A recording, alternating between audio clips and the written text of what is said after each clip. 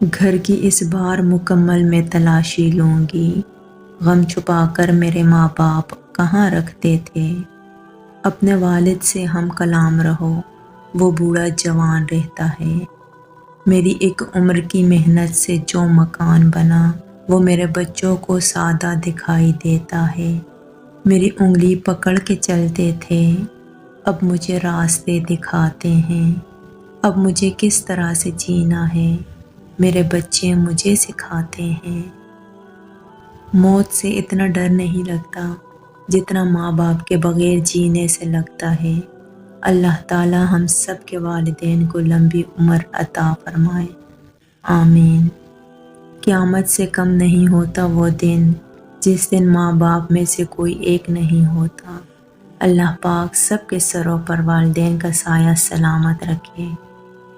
اپنے ماں باپ سے اونچی آواز میں بات مت کیا کرو، جس دن وہ خاموش ہو گئے اس دن تم ان کی آواز سننے کو ترسو گے۔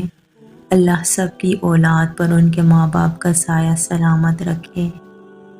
باپ کا ہاتھ پکڑنا سیکھو، زندگی بھر کسی کے پاؤں پکڑنے کی نوبت نہیں آئے گی۔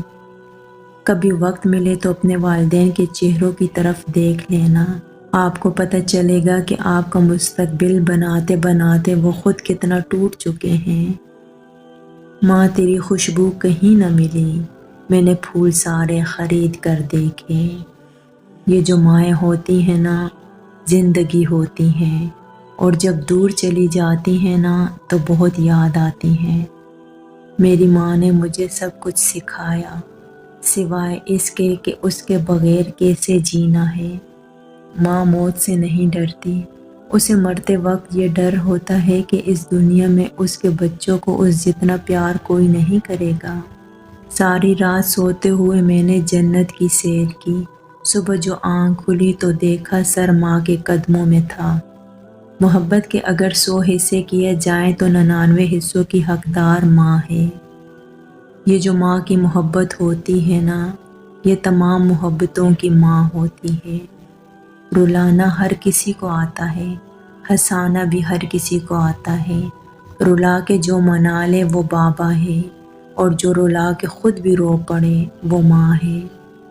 جب ہمیں بولنا نہیں آتا تھا تو ہماری ماں بولے بنا سمجھ جاتی تھی، اور آج ہم ہر بات پر کہتے ہیں چھوڑو ماں، آپ نہیں سمجھو گی۔